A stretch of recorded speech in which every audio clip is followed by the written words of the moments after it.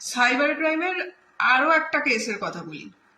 আমার মক্কেল, তার অ্যাকাউন্ট থেকে কোনো টাকাও কাটা যায়নি, তার অ্যাকাউন্টে কোনো টাকাও ঢোকেনি, তিনি নিশ্চিন্তে আছেন। তিনি একজন বিজনেসম্যান, এমনি ওনার অফিস টফিস আছে। তো হঠাৎ ওনার কাছে সাইবার ক্রাইমের নোটিশ এসছে।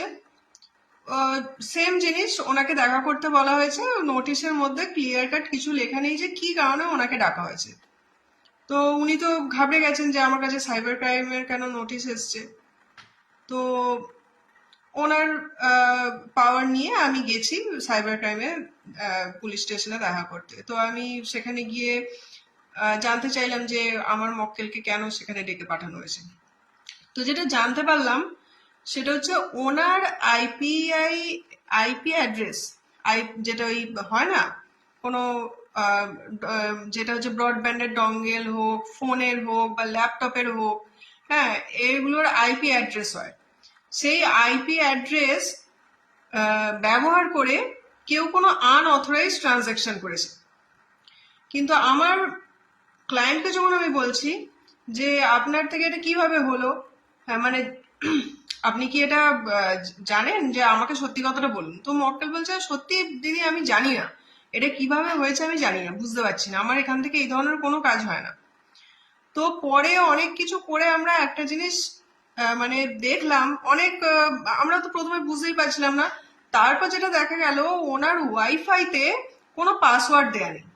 মানে উনি একটা জায়গায় অফিস খুলে বসেছেন, ওয়াইফাই লাগিয়েছেন, হ্যাঁ হাই স্পিড ওয়াইফাই লাগিয়েছেন ব্রডব্যান্ডের। তো সেখানে কিন্তু কোনো পাসওয়ার্ড দেওয়া নেই। মানে যে পারছে ওই আইপি অ্যাড্রেসটা আপনার অ্যাক্সেস করে, এই ওয়াইফাইটা অ্যাক্সেস করে সে যেমন ইচ্ছা কাজ করছে। আমি তখন মক্কেলকে বললাম তাহলে আপনি কেস খাবেন না তো কে খাবে? আপনারই তো কেসটা খাওয়া উচিত। আপনি ওয়াইফাই করেছেন, আপনি সেখানে পাসওয়ার্ড দেননি, দুনিয়ার লোকের জন্য আপনি ছেড়ে রেখে দিয়েছেন। এবার আপনি কি করে বুঝবেন যে কে আপনার ওয়াইফাই দিয়ে ফোনটা কানেক্ট করে নিয়েছে বা ল্যাপটপটা কানেক্ট করে দিয়েছে, করে পেমেন্ট করে দিয়েছে? এবার মক্কেল বলছে যে দিদি আমি তো এই সমস্ত কিছু বুঝি না, কি করে এখন মানে কি করে জানবো যে এইভাবে করলে আমি সাইবার ক্রাইমের কেস ফেসে যাবো। হ্যাঁ, এটা কিন্তু একদম সত্যি, আমরাও অত অত কিছু বুঝি না। হ্যাঁ জানি একটা আইপি অ্যাড্রেস বলে একটা জিনিস হয়, কিন্তু কিভাবে ওগুলো অ্যাক্সেস হয় বা কিভাবে প্রোটেকশন দেবো বা কিভাবে কি করব, অত কিছু আমিও অত বুঝি না, আমার মাথাতেও অত কিছু ঢোকে না, অত মানে সূক্ষ্ম সূক্ষ্ম জিনিস। তো আমি আবারও সবার জন্য যেটা হচ্ছে মানে ক্লিয়ার কাট আমি বলছি, এখনকার দুনিয়া এখন অনেক চেঞ্জ হয়ে গেছে, আগেকার দিনের মতো নেই। এখন এত ক্রিটিক্যাল ক্রিটিক্যাল সব জিনিসপত্র হয়েছে, সেগুলো আমরা বুঝতেই পারি না, মানে না জেনে ফেসে ফেসে যাই। তো আপনারা সবসময় ফোনের বা যারা ব্রডব্যান্ড মানে ইন্টারনেট কানেকশন ইউজ করেন বা এমন কোনো কিছু আছে যেগুলো হচ্ছে আপনার যেভাবে ফোনের হটস্পট বা কিছু এরকম হয়, এগুলো কিন্তু খুব মানে বুঝে শুনে ইউজ করবেন এবং ওখানে পাসওয়ার্ড দিয়ে রাখবেন এবং যাকে তাকে ব্যবহার করতে দেবেন না।